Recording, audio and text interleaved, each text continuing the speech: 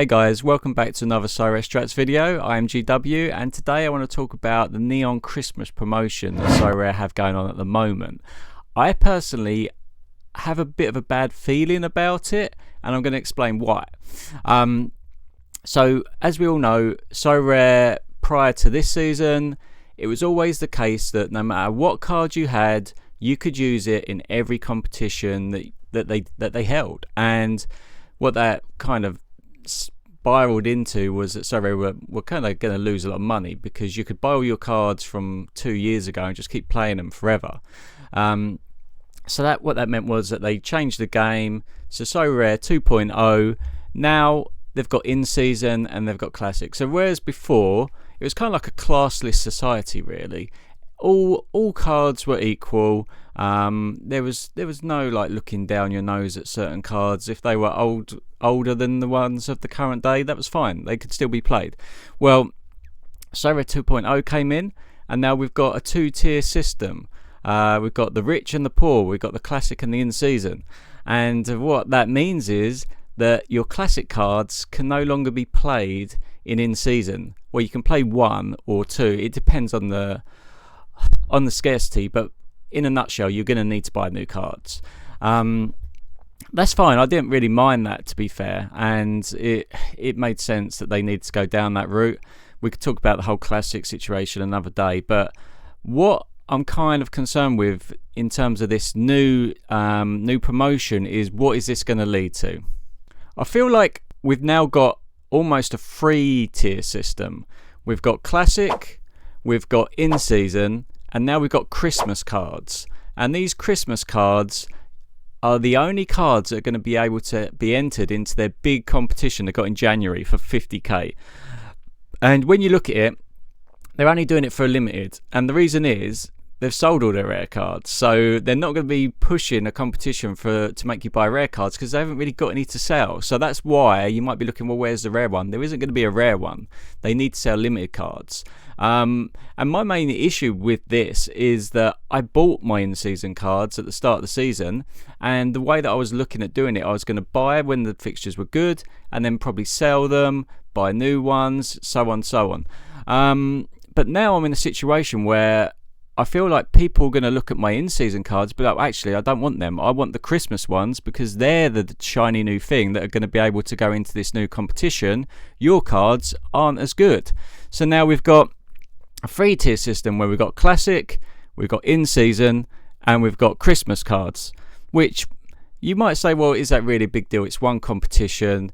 Sorare did say it was on top of their already planned competition in January, which I don't know if I believe that.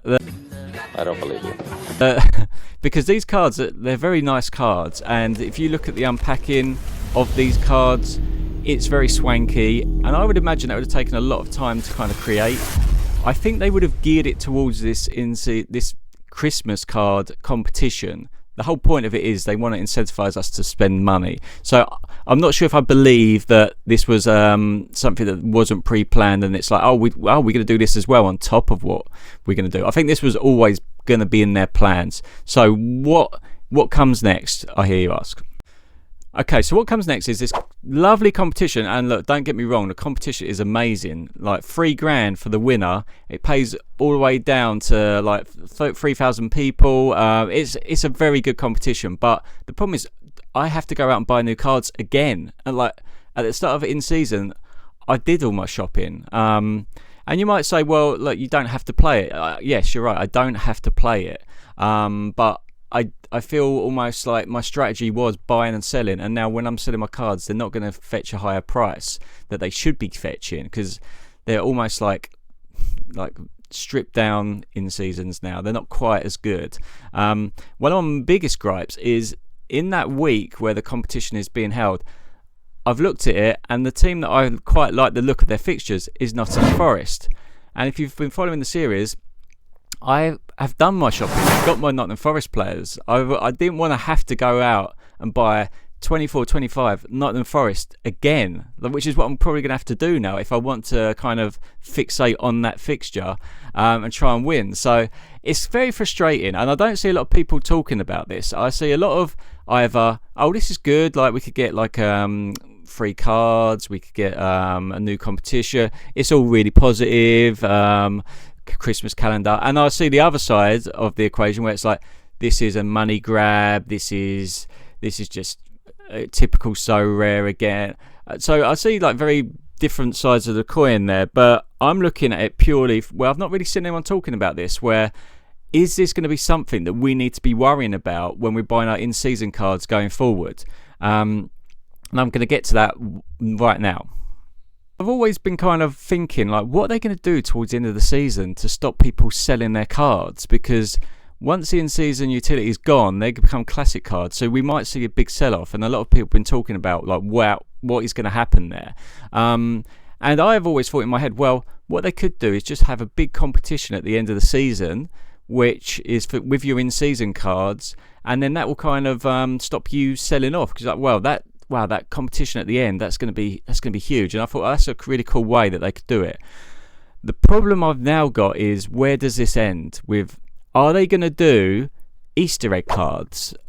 Are they going to do big end of season cards? Are they going to do in the new year? Oh, this is the Happy New Year card. Okay, I know they probably are not going to go overboard, but this promotion is working. It's making people buy again, and the prices are going up and up.